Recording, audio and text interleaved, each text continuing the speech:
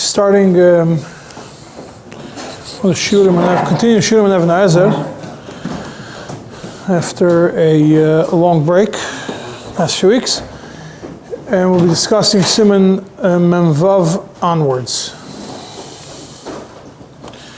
Discussing two different topics. Memvav is still connected to Koil and קידושין, and then once you start moving on from an Aleph fighter, it moves into the realm of financials. We will discuss today סימן Memvav and part of what comes afterwards. סימן Memvav, which is the din of Koil קידושין. So the concept of Koil we already saw before in a bunch of places. It's also relevant to Mamzer, as we saw in the beginning of העזר. And now it's talking about a situation, a woman has a cheskas pnuya. Every woman has a cheskas pnuya. You want to take a woman that has a cheskas pnuya and you want to remove the cheskas pnuya and make her into a mekudeshes or a suffix mekudeshes, means you want to remove her chazaka. For what purpose? To be able to, that she should not be able to marry somebody else. So then it's not enough just to have rumors. There has to be certain criteria to be able to determine that a woman is actually married. To make this סימן Memvav discusses a koil to make a woman mekudeshes. The koil is not only enough that the koil is a strong koil, it also has to be that it's chazak bebezdin. That the bezdin confirmed that this koil is a valid koil, or that you have eid mipi eid. The reason why we're discussing over koil and eid mipi eid is because obviously if two eidim come to bezdin and they were at the chuppah, they were present at the chuppah, and they saw the קידושין, then it's not a shaila of removing her chazaka. She is not suffix mekudeshes, she's vaday mekudeshes. It's not a shaila of a koil. What we're discussing over here is a shaila of a koil when you don't have the eidim that were there at the chasana, and you want to determine whether this woman is indeed married or not married, then you have to go to the category that we're discussing over here, what the koil is. And if you have the concept of eid mipi eid. Now, midiraisa, she is becheskas pnuya until you have two eidim coming and being made that she is mekudeshes. This whole discussion of koil in here in סימן Memvav is only midirabanan. Why were Chachamim so worried about this concept of a koil קידושין? That we're going to make her a suffix mekudeshes, that she cannot marry anybody else. You have a Shas Tshuvas Masas Binyamin, סימן Aleph, that says simply the Chachamim were choishesh she's suffix ish, suffix deiraisa, and maybe she's eishes ish. Therefore, we were machmer. Chidush on Gittin and Chesed Beis says it's not a shaila of a suffix, it's a shaila of itzas laz. It's not that we suddenly now say that she became mekudeshes, because midiraisa she should remain pnuya. The only reason is because what's going to happen, being that there's a rumors floating around that she's mekudeshes, even though midiraisa she's a pnuya, she's going to go now and marry somebody else, which midiraisa is 100% mutter for her because there was no proper this. People are going to start talking about, and like the minhag of people are going to start saying, oh, she was married to somebody else, she didn't get a get, the kids might be mamzerim. So to prevent this issue, the Chachamim established a protocol how to determine whether a koil is valid or a koil is invalid. Being that we already discussed the concept of koil in a few shurim in the past, unrelated to this סימן, but in other places in העזר, so I'm not going to focus too much on certain elements of the idea of koil, because we already discussed if a koil was brought about by enemies, if the koil is brought about from people from outside town, and these kinds of things. So we're not going to discuss, because it's not so we already discussed in the past. We're going to discuss things that are relevant specifically to the סימן, which we did not discuss in previous topics connected to koil. The first case that is discussed in Seif Aleph is, you have a pnuya, the koil was spread around in town, that a specific woman was niskadesh to a specific person today, in this city. That is the koil. It's a very definite koil. It's not a koil, we heard that she's married. This woman married this guy in this town, which is where we are today. Then we have then we start having the issue of a chashash that maybe she is mekodeshes, and we have to be machziket in Bezdin. What is the definition of a koil? This we actually discussed in the past, but again I'm going to bring it up now. The Shas HaTshuvas Harei Besamim in this relevance, and Siman and Vav says it's not enough that a couple people are talking about it. It's got to be the majority of the city or the whole city. It's a known fact. We're not talking about a city like New York. We're talking about the much smaller cities, but over here it would refer to the neighborhood, the people that are around, that it's the majority of people that would otherwise, that should be knowing about it, know about it. Which is just interesting that Amol, when the chasna was done in the city, so everybody knew about it. That was the idea behind it. That's why it's not that somebody got married as a secret. The koil has to be on the pnuya. It's not a koil in Eishasish, it's not a koil in the Modeses. Can't say, it has to be somebody that we know she was a pnuya, and now the koil came out on her and made it that she's niskadeshes. Because if it's going to be that the woman already got married, and everybody knows that she's married, and then then the koil comes out, she was niskadesh somebody else before, that's not discussed in the beginning. The Siman is discussed in the end of the Siman. Over there it says that it's not, that we b'chlam not mischashev in such a koil. The other point is, the koil is sheniskacha, that the קידושין actually happened, not that we heard that there will be a wedding tonight. That's also not enough to make a koil that she should be considered mekudeshes. According to the Mechaber, when it says it has to be today, is, again, we're made all these restrictions so the koil shouldn't go out and destroy somebody's life. It has to be about today. Today doesn't mean yesterday. And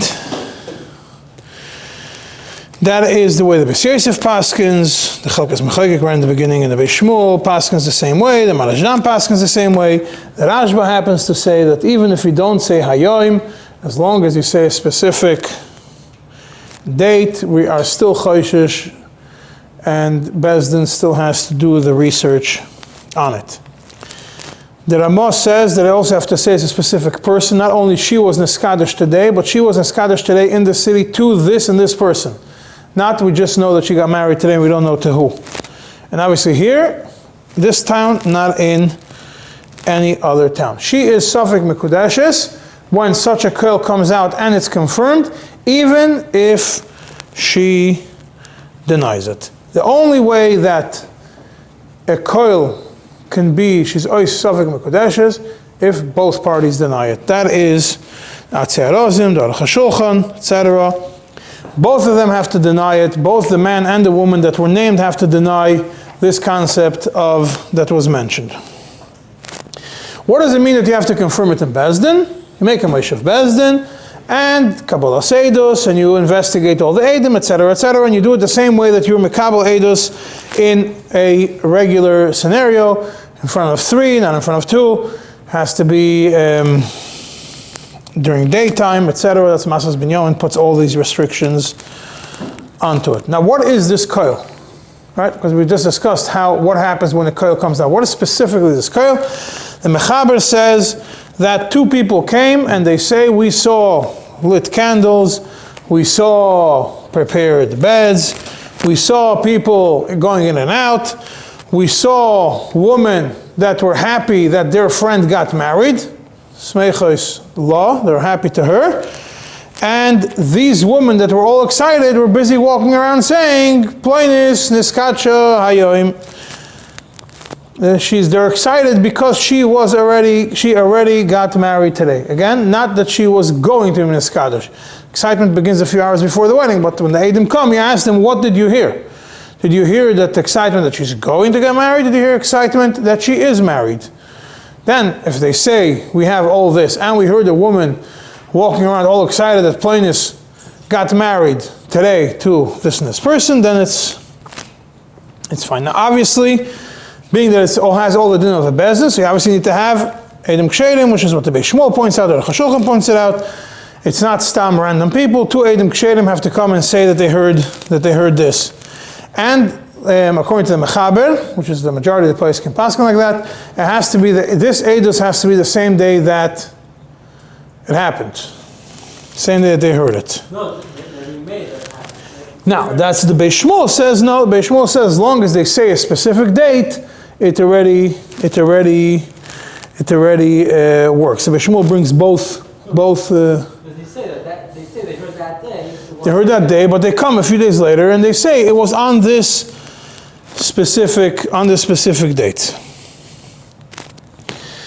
Now, if these Edom only heard people talking about how exciting it is that the guy got married, that's not enough to make it a koil.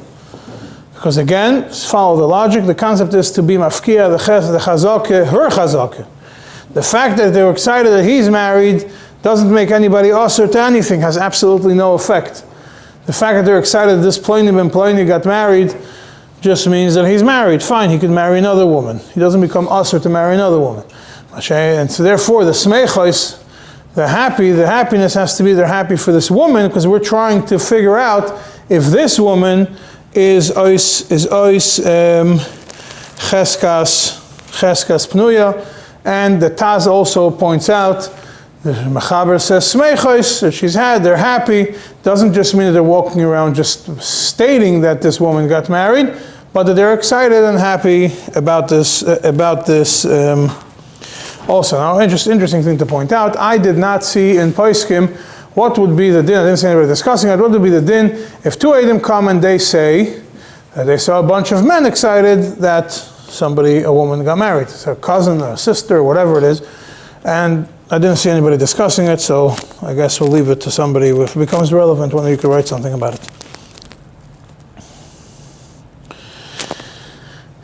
There's a discussion what the machlekes, chalkas machlekes and Beis Shmuel, what do the woman have to say? Do the woman have to say that she got married to this person got married to this person on this day? Do they have to make all these tanoim that we also require in the Edom? Or it's enough, or they don't have to say all that? According to the Mechakas Mechaykik, you don't have to say, the woman don't have to say today, the woman don't have to say who to, and the woman don't have to say the city. According to the Beis Shmuel, they have to say to who, but they don't have to say the other requirements that are there. Now, if they come and if the woman says stam niskacha, they just heard a koil, this woman was niskadish, according to the Ramah, if they did not specify to who, and that is also the way I say with the Beis Shmuel, that's how he paskins, or they specifically say that it was in another place, it's not considered a koil, and she's not even safek mekudesh. That's what the Bach and the Chalkas Mechaykik explains it. So that is the first koil קידושין that is mentioned in the Sif, which is when they see the candles and they see the excitement and everything else that is there. There's another form of koil that's also discussed in this Siman, and that is already mentioned in Sif Beis of the Siman, which is two Edom, again, obviously they're kshedim, which is also again emphasized over here by the Beis Shmuel, by the Chashulchan, that they themselves saw k'moi simchas nesuin.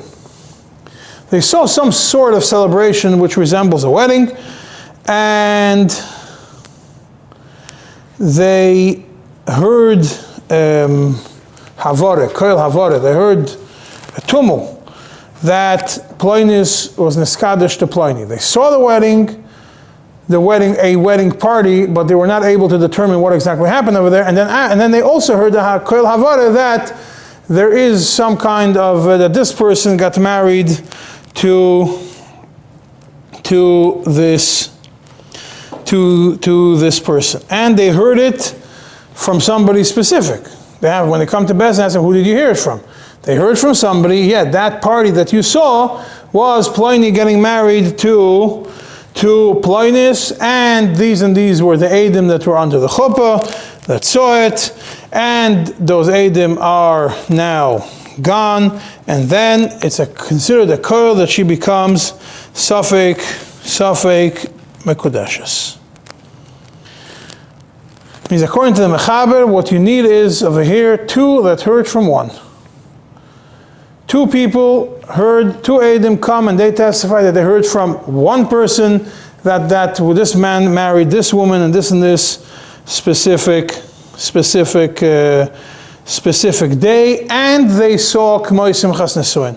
The Ramah right away obviously disagrees on it and says the koil, he can't have 2 repeating it from 1. It's got to be 2 from 2 Eidim b'shem other Eidim, and even if it's 2 people and each one heard, 2 Eidim heard from 2 other people, and the 2 Eidim, well, Eid number 1 heard from person number 1, and Eid number 2 heard from person number 2. According to the Ramah, that is still not enough to make it a koil. On the face value, it looks like the machlokes Mechaber Ramah. The Aruch HaShulchan in Seif Hey says there's actually no machlokes between the Mechaber and Ramah, despite the fact that it looks like a machlokes. The Mechaber and the Ramah are talking about 2 separate cases. The Mechaber, according to the Ramah, he's talking about a case where the Eidim did not see the K'moi Simchas Nesuin. They did not see the big party. So therefore, if they're coming to Beis Din, they have to have Eidus from Eidus. They didn't hear Havar, they didn't come. They heard Havara, but they didn't see the party. All they heard was a tumult about it. So therefore, the Chashulchan says that's what the Ramah is talking about. So the Mechaber is talking about when there was a tumult. So the Mechaber looks at it and says, the tumult that there is, they saw the party, starting the tumult, they saw the K'moi Simchas Nesuin, and they have 1 person testifying to them, telling them, so you combine the 2, it becomes like 2 Eidim. But when you don't have it, and I'm always talking about when you don't have it, if you don't have it, that's when you have to have two hearing from 2. If they saw everything, they made from the thought. They don't want it. The fact that I'm standing here and I could see that a block down there's something that looks like a party is not enough for me to testify on anything. All I could testify is that on this night there was something which happened, and I don't know who and I don't know to what. I could just tell you what time it was and how far I was able to hear the noise. Nothing more than that. If they would be there at the wedding, they would be the actual Eidim. It'd be a question what they heard. If they're sitting in the back, if they're sitting in the front, what they heard, what they saw. But otherwise, we're talking about over here that they, according to the Mechaber, they saw K'moi Simchas Nesuin, they saw something which looked like a wedding party, and then they afterwards heard from 1 person. So the 2 of them combined. So now, according to the Mechaber, You say before that therefore they heard from 1 person, and therefore it's considered 2 Eidim? No, according to the Mechaber, you combine the Simchas Erusin, you combine the Simchas, the K'moi Simchas Nesuin, with the 1 person that told you about it, and it removes the requirement for 2 Eidim. It's not that it becomes that it has a din of Apishnayim Eidim Yakum Dava. It just removes the requirement of having 2 Eidim testify to the 2 Eidim about it together. But the Mechaber would be made if there was no Simchas Erusin. If they didn't see the Simchas Erusin, you're talking need 2 from 2. And the Ramah would be made if they did see Simchas Erusin, you only need 1. You don't need to hear from 2. Now, if we're talking about over here that the Eidim of the Chasana left, because otherwise you could just pull the Eidim, you heard who they got married to, because that's part of the Eidos that this 1 or 2 people tell the other Eidim. They say that the Eidim that were there, that they saw it, or are gone. They went to Medina Sayyam. Then that's why the Beis Din can't go and call them and find out what actually happened. The Mechaber says, or they died. That's what the shit of the Rambam, that even if whether Holchem Din Sayam or Mesu, the 2 Eidim that heard about it could come and testify and put it in the Cheskas Eshes Ish. However, the Rameh holds that if they died it's not moil, doesn't help anymore. You can't create a cheskas eishes ish, because the whole reason why Chacham didn't say we still trust it is because we say these guys are scared. They're going to lie and they're going to say we heard that plainly were the Edom and the Chasana, and these guys are out of town, they're going to show up at some point down the line, they're going to be busted for being liars. They're not interested in doing this, they're going to be careful what they're repeating. But if they're dead people are not going to come and testify, so therefore they're not worried about it. So therefore the Rameh holds that there is no, if the Mesu, then even if people testify, we are not mekabel it as edus to put a woman into a cheskas eishes ish. Now the Rameh over here continues, obvious thing. A koil is not considered a koil until it's huchzak in Bezdin, that Bezdin investigated and researched and discovered and decided that this koil has some kind of reality. If the koil was not confirmed in Bezdin, we're not choshesh to it at all, unless you have a strong chazakah, otherwise that she was niskadish. And what we're talking about in Gemara is circling b'soirfen al chazakis, that a person, a woman, will get killed for being with somebody else when she has a chazakah of niskacha. That is talking about this, when you have a chazakah toiva, that it's not only a koil, but it is a strong chazakah, and it's known that she is mekudeshes. And the Ramah says, when a bezdin should research and make sure that on every koil that comes, and the serious koilos, they should do research to determine whether it's valid or not, so long as this woman did not get married to somebody else. Once the woman gets married to somebody else, it's a whole different thing, which we're going to discuss later. Once this woman is married to somebody else, koilos that come, we already saw in the past, we're going to see it again in the Siman, that we do not look at those koilos as enough to create problems for a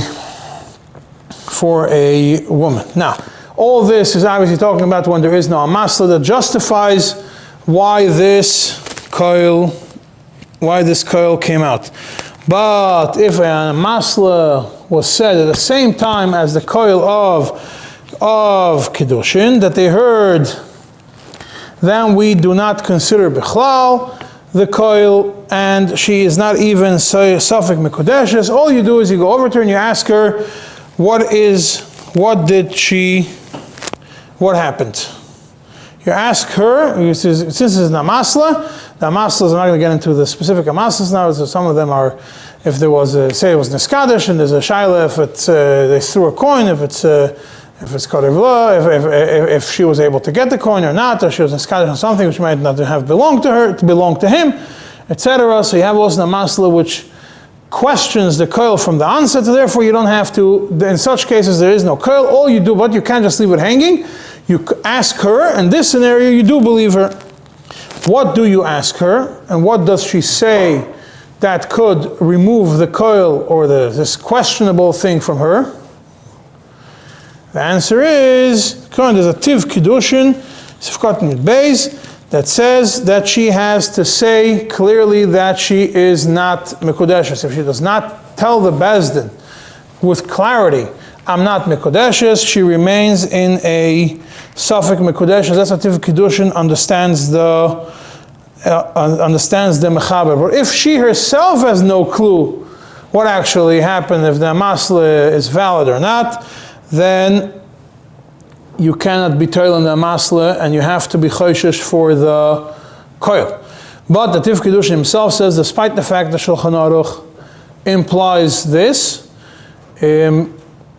it does not make sense to him, and from all the rest of the poskim it doesn't look like that, and you're always toil in the amasla, even if she herself doesn't tell you a body that she is not mekudesh. However, he still says at the end of the day, tzarichiyum, because we're not 100% sure, we can't go against the Shulchan Aruch. Huh?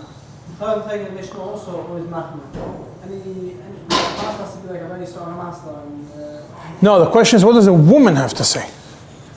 What does the woman? The question is, does a woman have to come with a body that there was no קידושין when you ask the woman, or is it enough that the woman says that she was not that she's also has the same issue as the amasla, enough to make it to remove it.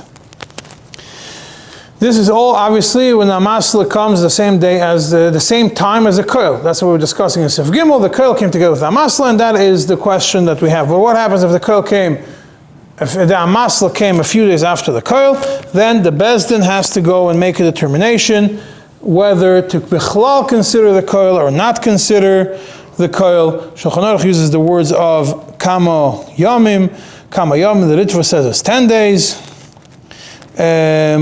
But the Prisha and others say that it's not only 10 days, it could be even longer, but the latitude is given to the Bezdin to determine whether you're going to Bichlal consider this koil and do something about it, or you're not going to consider this koil at all. And then if the Bezdin, you're not going to consider the Amasla at all, and then if the Bezdin decides that you have to be Mekabel the Amasla, then you're Mekabel it. If the Bezdin decides that it's not Mekabel the Amasla, you're not Mekabel the Amasla. Why? Because the Amasla did not come out together with the koil, so therefore the koil is a problem. Then the fact that the Amasla came later, you have to have a Bezdin make two determinations. First of all, should we Bichlal consider this Amasla? And then to determine whether you have to consider a late, what's called a late application or not, to come afterwards. And therefore she becomes a shaila and she becomes Safek Mekudeshes. The Ramok over here continues, if afterwards you come and it was determined that this koil was a lie, then you are mevatel the koil. We're talking about the Eidim which the other people are saying, because they were talking about the Eidim went to Medina Sayyam. So these Eidim that went to Medina Sayyam showed up, and they said, we heard rumors that you made this woman Mekudeshes because we were there. We will tell you straight up, that's not what happened. We were not there. We did not see anything of the sort. The koil is cancelled. And the words is that the Eidim shetalu bohem, that the Kiddushin is dependent on them. And that's what the Beis Shmuel tells you over there, that it has to be dafka those Eidei Kiddushin. But the Eidim that just advertise the koil, the second Eidim, if they come and they change their mind, it's still not enough to cancel the koil. And the Bach doesn't hold like that. The Bach holds that even the Eidim which came afterwards and they disagreed, and they say they retract their statement, then the koil is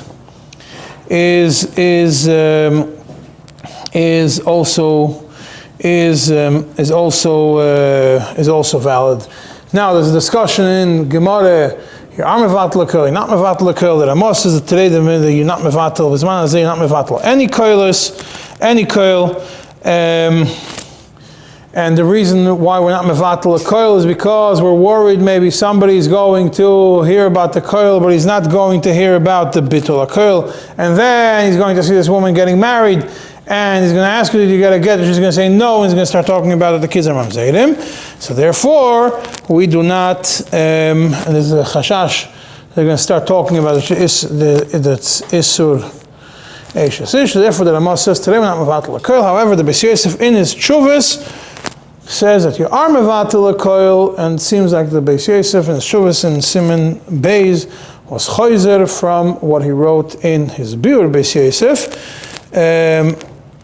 that we are not mevatel the koil. But there's just like the Beis Yosef asks, you are mevatel the koil. You have it in a bunch of Tshuvas, the Marival, the Marashach, Mishpatei Shmuel.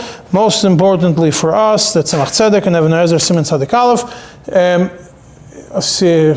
quite clearly implies that we are noihig to be mevatel a koil if it comes, and then afterwards we have something to be mevatel. Only one of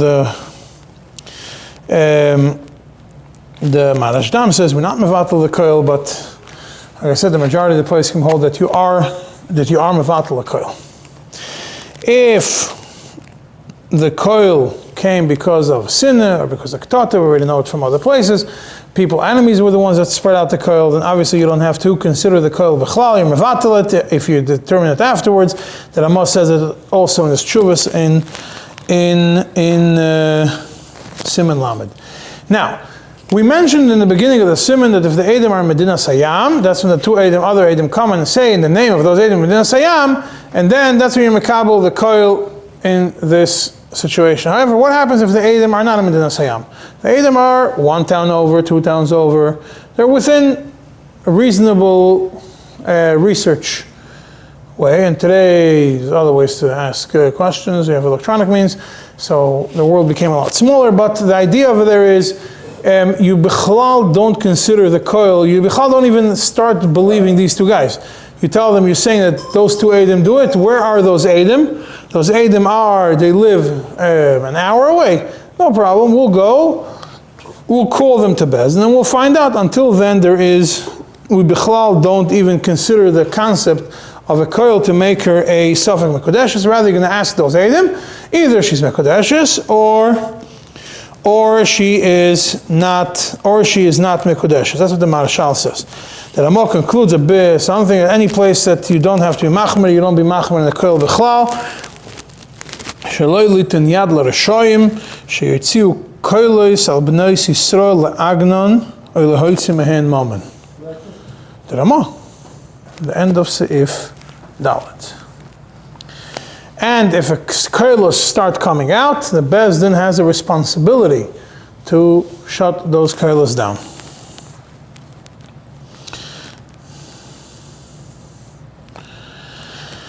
If a koil came out on a certain woman that she was niskadish, the koil that we discussed before, but it wasn't nischazik and Beis Din yet, and then somebody else was mekadesh this woman, then first the koil came out, but it wasn't yet researched, then somebody else was mekadesh this woman, the Beis Din has an obligation to be mevarer regarding the first koil. They can't leave it hanging. And then, if it's clear, you have clear eidos that she was niskadish to the first one, then the second kiddushin are obviously nothing. You can't be mekadesh a woman twice, and she does not need get from the second one. If there's clear eidos that, now if there is no clear eidos on the first kiddushin, means there's no clear eidos that there was a kiddushin. The first one has to give her a get, and then the second one could go and continue the marriage. We're talking about kiddushin before nisuin. He could do the nisuin if he wants, and just in case, he should give a second kiddushin before he does nisuin, because just in case he was really niskadish to somebody else because of a safek and there was a get, and maybe the first kiddushin weren't taifas, he should make another kiddushin. That's what the Shulchan points out over here. The Torah also brings it. Now, if the first one in such a scenario did not give a get, and then she has to get divorced from the second one, but the Chelkas Mechoikik says the child is not a mamzer. If the second one divorced her, the first one should not go back to her, because still going to be people going to be talking about it. He was a machzir kirushasi. If the second one married her, talking about not kiddushin, did the nisuin before she receives a get from the first one, in this scenario when it's not sure that she was niskadish, then she's asura to him, means asura to the second one. Even if the first one will give her a get afterwards, and she's asur lebal uleboyel teitze mizeh umizeh, and she obviously needs a get. What is considered that makes her asur to the second one? Because we say she asur lebal uleboyel. What's considered the boyel over here? What eidos do you need to be able to do it? Because if we're talking about there was kiddushin, the kiddushin is not enough. We're talking about there's also nisuin.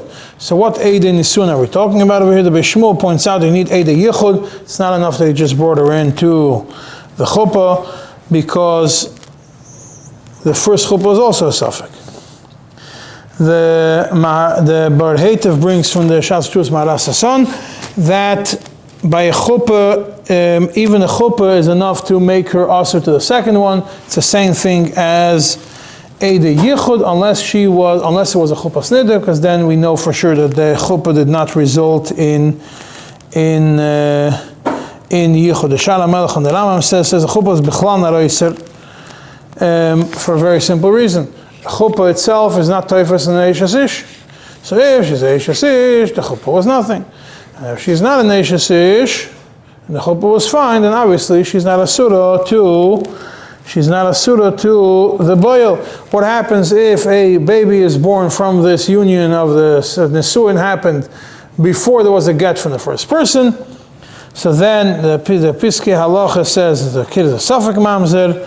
The Tiferes Yaakov says it's not a Mamzer, and he says that's the hint that the Ramah puts over here in the end of Seif Hey, that he sends you to Siman Lamed Aleph Seif Daled, and העזר, that over there the scenario is discussed over there. If someone was Mekadosh and Pachas Mishav Pruto, that we say she has to be Teitzei from the second man, and the kid is not a Mamzer. The fact that the Mechaber sends you over here to Siman Lamed Aleph, where that's the scenario which is discussed over there, of Teitzei from the second one, but the kid is not a mamzer, it means that over here also he holds that the fact that she has to be yotzeh from the second one, that's not a mamzer. That's what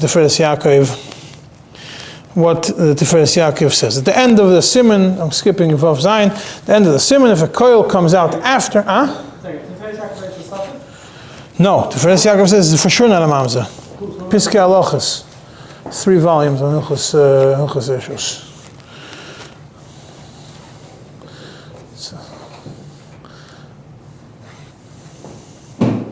Came out like 150 years ago. If a koil comes out after Nisuin, not after קידושין, that's in Seif Ches. If a koil comes out after Nisuin, or even after Eirusin, we're bechlal not choishesh to it. The same thing is if the koil came out before, and the Beis Din did not determine anything, and then she went and the Beis Din didn't deal with it, and then there was קידושין, there was Nisuin to somebody else.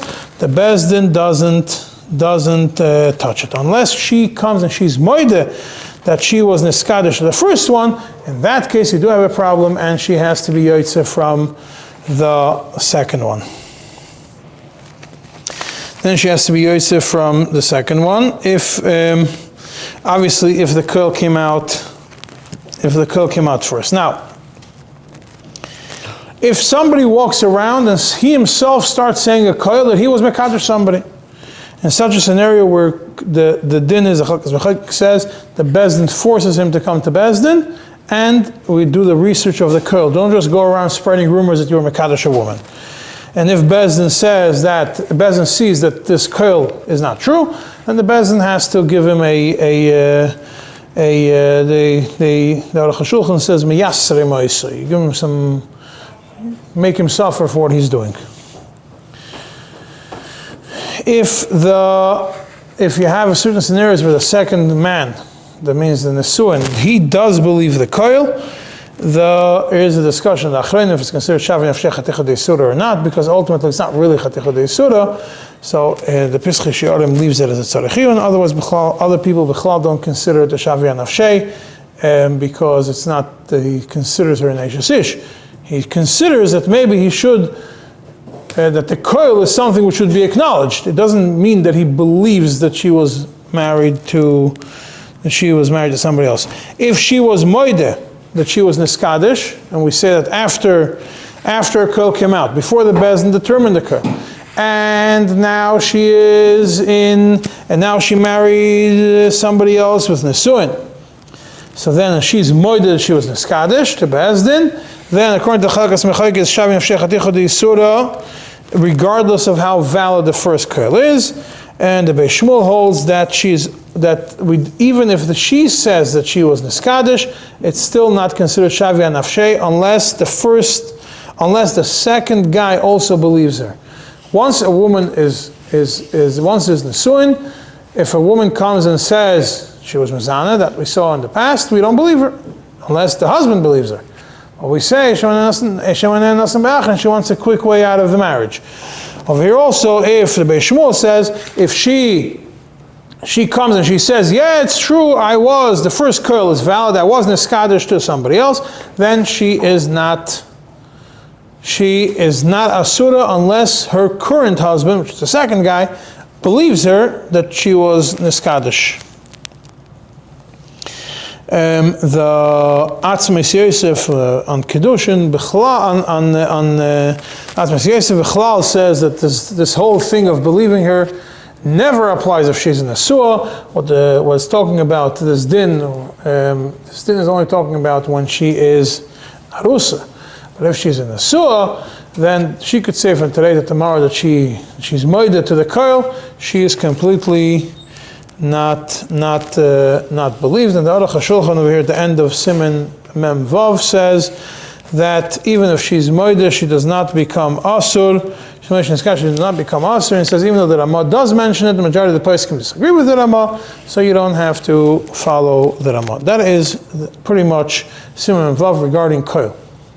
According to schedule 1 for Siman Vav, the Siman Nun Aleph. Siman Nun Aleph discusses a bunch of starts the discussion of tnoim, of financial obligations that a parent took upon himself to pay to the new couple. When these obligations were taken, when these obligations have validity, do they kick in right away? Do they kick in afterwards? When does he become obligated to do such a thing? Now, I'm not going to go into Siman Nun Aleph. Actually, I want to go into Siman Nun Beis. Siman Nun Beis, what's discussed over there's a father who decided that he's going to have an Edom of Kest. He's going to give, not Mamash of Kest, he's going to give a nice Nidonיא to his daughter's future husband. And he committed to do it. And when does the commitment kick in if you look in Siman Nun Aleph? It is at the time of the wedding. And came the time of the wedding, and he doesn't have the money. Either whether, we're talking about a scenario, obviously we're not going to be choishish that a person is stam bluffer. We say they got engaged. He was a rich guy then. A few months passed until the wedding. The stock market crashed. He lost all his money. Now he doesn't have money to pay. Did a bad business deal and everything went down the drain. So he committed to give his Edom money, and there's no money. There was already קידושין, Eidosin, and there was no Nisuin. Now the girl is stuck. She can't marry anybody else without a get. She can't go to her soon-to-be husband because there's no Nisuin. The husband says, I'm not going to do Nisuin until I get my money. And she says, what do you want for my life? I never promised you any money. You have a problem with my father, go knock yourself out with him. It's not my problem. You can't leave me hanging. Yeah, so before, after Edison, yeah. Now, what is the determination that he doesn't have anything?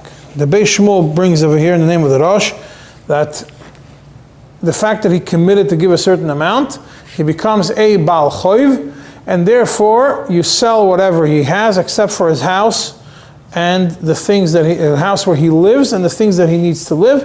Otherwise, everything else gets taken from him by Bezdin and sold to be able to pay his financial commitment to his son-in-law. So that's what the Beis Shmuel says in the name of the Rosh. The Aruch HaShulchan in Sevav says, halachically you're right, but it's achzorius, definitely to start the marriage on such a take by cleaning out your soon-to-be shver, and he has to be moichel obligation that the shver gave him. So now, when we're back to, so let's say Hitaka has no money, and there's nothing to sell. And the husband doesn't want to do nisuin because he didn't get the money that he was promised. The woman says, I never committed to give you the money. So then the halacha is either nisuin or get. You can't leave this girl. You can't give this girl hanging. The same thing applies if the father of the girl gave a commitment and then he left town. The moment he left town, he has no nechasim, because again, if there is nechasim, go down to his nechasim and take his nechasim and sell them. And if he didn't leave town and he has nechasim, obviously the Bezdin is going to go and take away his nechasim. Yeah, and then the same thing over there applies also. The husband cannot tell the girl, I'm leaving you stuck, either just because she didn't commit. However, if she was the one who committed to give this amount of money, and the commitment doesn't just mean that he says it's a commitment. It means that they're Eidim, or she's Moide, one of the two. Either there's Eidim or she's Moide, and she does not have enough to pay. Then the Shulchan Aruch says, you will sit and wait until you collect the money. You mouthed off, you promised an amount of money to go to the chuppah, for Nisuin, get a hold of the money and continue on with life if she committed on herself. The Ramah then points out, he says, what we're talking about over here, that the girl, going back to before, what the girl does not have to pay does not have to pay her father's obligations is only if she does not have the money to pay her father's obligations. But if she does have her own money and she is able to pay her father's obligations, then she has to pay the father's obligations, so she cannot demand a get. Happens to be the Bishmul, the Al-Chashulchan, the Lavush, all paskin like this Ramah. However, the Bach, which is brought on the Chalkas Mechaykik, says, at the end of the day, tzarichin l'maisa, if you could hold a woman hostage for her father's obligations, even if she has her own personal money, because ultimately she was not the one who committed to this financial obligation. How does it all connect with Neshei Shel Shem? It's not Neshei Shel Shem Mammon. But Neshei Shel Shem Mammon, it says you're going to have messed up kids, but at least you're going to have money.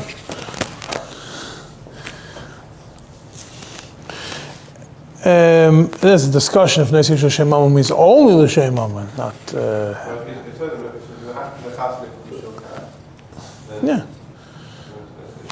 Maybe he's willing to take a chance. Now, the Ramah says, obviously, this all talks about if there was only Eidusin but there's no Nisuin. If there was Nisuin and the husband did not receive the money that he was promised, then he cannot use this as leverage to punish his wife and say, I'm not going to pay my obligations that I committed myself on the ksuba because your father didn't pay his obligations that he committed himself to me. Rather, he has to fulfill all his obligations. That is the point I want to point out for Siman and Beis. And Siman and Gimel, which is a long Siman, I'm only going to focus on one seif, which is seif Gimel, and in seif Gimel only on something which the Ramah is discussing, which is certain takanas that were established in Europe. Seif Gimel, the discussion is again about this Nidunyə that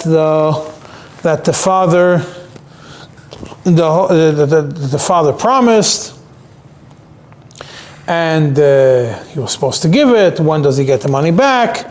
The concept of a Nidunyə obviously means that he had in mind that it should be used for marriage. So if the marriage fell apart because of death of one of them before the marriage, when does the money go back to the father who gave the money? Then in the middle of this Ramah, the Ramah says, it starts with Takana of Rabbeinu Tam. Rabbeinu Tam and Chachmei Tzarfas made a Takana. And the reason why this Takana was made was there was people who promised a lot of money and gave a lot of money to their daughter and the new husband. And then, short time later, the girl died without any kids. And now, not only did they lose a daughter, they also lost all the money that they gave. That Even though midiraisa Baal is Yerush Zishtoi, the minute after Nesuin, still in all, if the wife died before the year was up, before the Shana Rishayna is over, then the father of the girl gets back all the money that he gave as a Nidونיא. That's the first takana. Same thing is if he dies, he could still take back all the money that he gave his daughter. We're talking about that she died, that he or she died without having, during Shana Rishayna, without having Zarachai v'Kayama. Also, she died and she doesn't. No Zarachai v'Kayama, yeah. If she dies, we're talking about, according to Halacha, he would be Yerush. According to Torah, he would be Yerush. Takana is not so. Takana uprooted it. And soon we're going to see how the Takana kicked in. Now, what happens if they got divorced during the first year, which today is more common than Amos, chances of the death was more than the chances of divorce. Today the chances of divorce are much higher than the chances of death. There is a machlekes achreina, the Big Yesha brings, the Pesach Tshuva and Sifkot and Gimel brings the Big Yesha and the Beis Ephraim, that divorce and death are equal, and just like by death, the woman has to, just like by death, he receives everything within Shana Rishayna. Same thing by, same thing by קידושין. He did it, depends what. Yeah, but what happens if you find who did it? Yeah, but according to Who says it's the same? the Beis Ephraim and the Big Yesha, says that divorce and death are equal. There's a Pesach Tshuva brings it in Sifkot Nid Gimel. Then you have Pesach Tshuva also mentions in Achlas Shiva and the Beis Shloimeh and the Panim Eiros that they hold that קידושין is not included in this, and the קידושין does not require the refund of the money because the takanas that were made by Rabbeinu Tam were only made for in a scenario of death and not in a scenario of divorce. And if she is a Meredes, and that's why the get had to happen, because she was a Meredes during Shana Rishayna, she didn't want to be with him, then the Ra'am, not Mizrahi, I forgot the other one it is, he says that it does not need, there's no need for the husband to give back all the money. Say he had a wife that was a Meredes, and now his ex-shver wants all the money back, he does not have to give all the money back in such a scenario. He claims it's a Kuliyam. He explains it's a Kuliyam. What is Shana Rishayna? How do you determine Shana Rishayna? It's also a machlekes. There's a shita, there's a das yachid, that Shana Rishayna is the Jewish year. Which means, he got married in Tavshin Pei Gimel, he got until Chavtes El Tavshin Pei Gimel, it's Shana Rishayna. There's a whole discussion in this, I forgot what the das yachid is, but that maybe you can, but everybody else agrees with him. It says Shana Rishayna is a year. What does a year mean? The Ma'ari ben Leiv, Chelik Beisim Chafalef, and the Knesset Yecheskel, and Rabbi Akiva Eiger say that it is exactly 1 year to the day on the calendar from the date of the marriage. It's not. Because a year could be 12 months, a year could be... Could be 1 day. Could be 1 day, yeah. No, so it says no. It says miyoim liyoim, day to day, full year. She got married on Yud Gimel Tammuz next year. That's when Shana Rishayna ends. According to the shita that it's the year, the Jewish year. Yeah. You get married in Chesed. It's over 2 days later. Once those 2 days are over, then it's better for the husband that way. Yeah. Rabbi Akiva Eiger says that points out. He says that it's miyoim liyoim, and therefore a full year ends right before the anniversary. The first anniversary, like a birthday, is already the beginning of the next year. Therefore, if she died on the first anniversary, midiraisa, even according to the takana of Rabbeinu Tam, the husband is Yerush everything. Siman Kuf Yud Beis. There's a machlekes what happens if the year is a meuberes. So therefore, got married at Gimel Tammuz. Next year is also Shana Mu'beres. So let's say I got married at Gimel Tammuz this year, and a person one of the people of the couple would not make it past Rosh Chodesh Tammuz next year. Chas v'shalom. Yeah? So then you have 12 months and almost 13 months, but it's not a year. So the machlekes achreinim, how do you determine, is it a 12-month year or is it a year based on a calendar? The Beis Shmuel brings the Marashdam that it's a 12-month year. It's not a 13-month year. When we say year, we mean 12 months. So it would mean that the 12 months would be over Yud Gimel Sivan, and therefore, if the woman or the man passed away Rosh Chodesh Tammuz, when there's a Mu'beres in between, then she would not be considered anymore a Shana Rishena for that purpose, and the husband gets to keep all the money. The same thing is Paskin and Divrei Rivos and Shvus Yaakov, that are again mentioned in Pischei Tshuva over here. However, the Mari Veil, which the Beis Shmuel also brings, the same Beis Shmuel, Sefkat Yud Gimel, brought the Marashdam, also brings the Mari Veil, which says that it's date to date, and therefore, even if it's 13 months, it makes no difference, and the Shver gets his money back. And the same thing, the Pischei Tshuva also brings additional, the Panim Eiris and Secheska, which all paskin. The Bach, which says that being that there is a machlokes in this matter, and the Mari Ben Lev also says that the Maise, you should be mefasha in such a scenario. Don't cut it one way or another. You have machlokes achreinim. Take make a pshara between, if it's in the 13th month, then make a pshara. There's also a whole machlokes what's considered zarah chai v'kayam, if the baby was born, if the baby died, if the woman was pregnant. I'm not going to go into it now, I don't have enough time. And over there also, Avodas HaGeshuni says in all these kinds of sfeikas, being this big machlokes and how to determine it. Avodas HaGeshuni says in Siman Samaches, you have to make a pshara between between the father of the girl and the remaining spouse that remains afterwards. That was the first takana. But this takana was still not enough, and parents, fathers that committed money were still disappointed even after a year was up, even with this takana of 1 year. So came takanas Shum. Shum is 3 cities in Germany: Speer, Worms, and Mainz. Speyer, Vermeise, and Mainz. The three cities.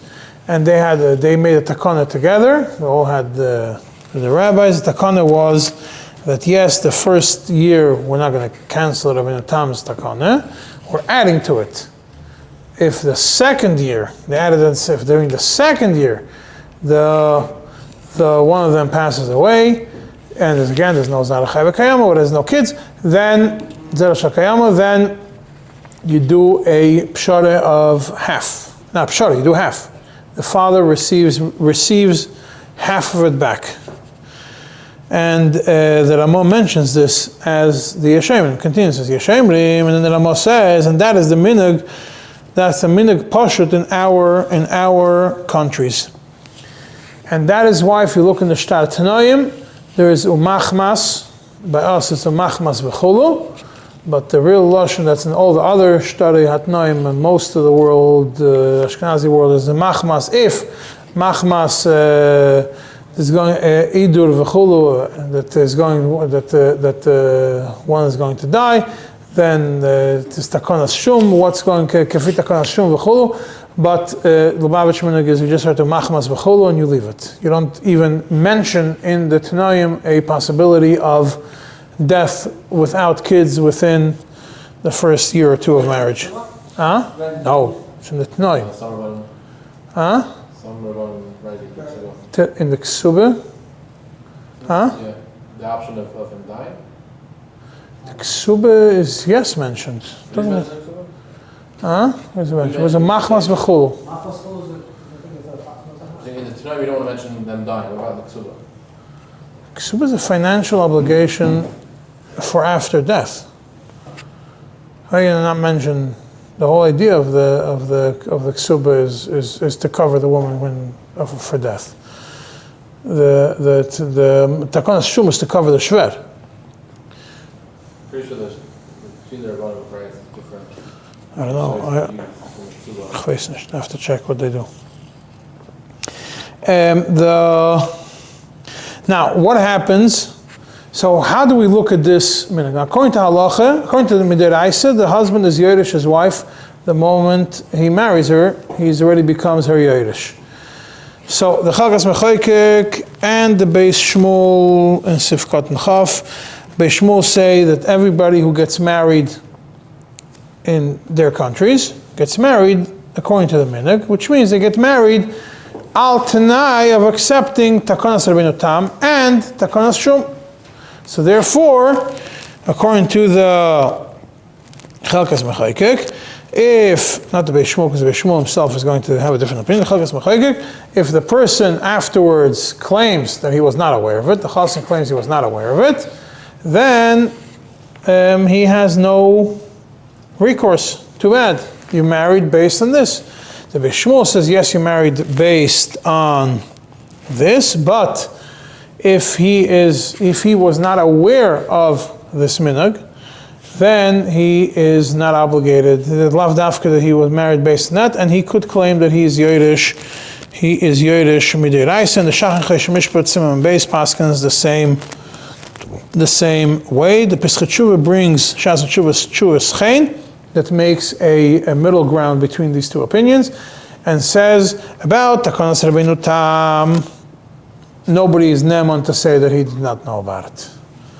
About takonas Shum, it depends. If everybody in that country knows about it, there's a spashet, and there was a kinyan, you did a kinyan, you didn't do a kinyan, whatever the minhag, you followed whatever the standard minhag in there is, and there's a spashet of takana, then you're not neman to say I did not know about the takana. But if the takana was not the spashet, then you are neman to say it happens. Pesach Tshuva brings another more extreme takana, which was done in Tov Kuf Chaf Aleph in Slotsk, that they extended this takana further, that they extended Rabbeinu Tam takana for the first 3 years after marriage. It means the first 3 years, the Nidonיא goes back fully. Between year 4 and 5, half. And after 5, nothing. But the Pesach Tshuva himself says that even in there, this takana that was made was never followed. The second half of the takana was never followed. They only had the takana, they only kept the first half of the takana, which is up to the first 3 years. Everything goes back, and afterwards, nothing goes back. Then they added another layer to this takana, takonas shum. Aside for going back to takonas shum, aside for the fact that the second year get half, they added another layer. What goes back? Only something which is be'ein, something which is in existence. And the Beis Yosef and Shas Tshuva Siman and the Radbaz, Nachlas Shiva, regardless, both years. The Radbaz and all of them, they say that what's considered be'ein, let's say he got a nice furniture, whatever it is, if he sold it and he has the money, it's still considered be'ein. If he doesn't have the money, we can get to it in a second. Something which was used, if they were given something and that was used, they were given in Nidonיא and it was used, doesn't have to be returned. If it was lost, it also does not have, it's not part of this cheshbon of what has to be returned. If you return everything or return half. And if there's a discussion, if money was given and money was spent, then there's a whole discussion, I see I don't have time for it, what do you consider in such a scenario?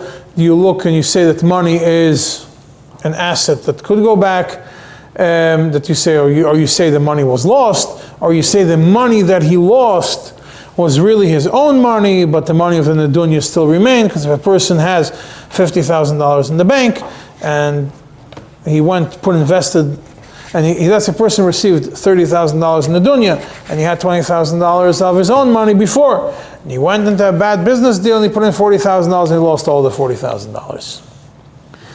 So then the question is, Do you say that he lost the 30 of the Nidunnya, doesn't have to pay anything back? Or do you say that from the 40 that he lost, the first 20 were his own money and he only lost 20 of the Nidunnya, there's 20 remaining? Or that we do it percentage-wise? Or do we look at the money that it is, maybe the wife's money was also involved over there, and Lav Dafkit's and Nidunya's money? That's a whole discussion on that matter. I'm not going to go into it, but that is a discussion. Now, whatever he spent after for her health or after she dies for burying her is also not included in these cheshbonos. Now, we have 2 minutes left, and you're going to ask me a question: why did I discuss this whole thing with you when Nidunyas are not common in today's circles? The answer is very simple. Many of the gittin that happen within Shana Rishona or 2 years, the get doesn't go by so smoothly. Not the actual get. The financial part doesn't go so smoothly because there's tinus. First of all, they spent money on the wedding. That's one discussion. There's things that were given by the parents. They furnished the house. They got furniture. They got other things. They paid for renovating a place. There are things that were invested. There are things that were given. And there's a whole discussion if it goes back, how much goes back, and everything else. So yes, this is not directly, you don't paskin directly from this to that, because again, Takonas Shum is a machlekes if it applies to Gittin or not. But the idea, the logic that sits over here, that when the father commits, if he gives a certain amount of money or he gives certain things, it is with the purpose of it being for a marriage, and not only for a marriage, but for a marriage that's going to last at least a certain amount of time. So all this has to be taken into consideration when determining all these elements have to be taken into consideration. And although this is not what governs the division, the repayment when it comes to a get, but the ideas which are discussed in this סימן are ideas that you should take into consideration if you ever end up having to deal with such a thing.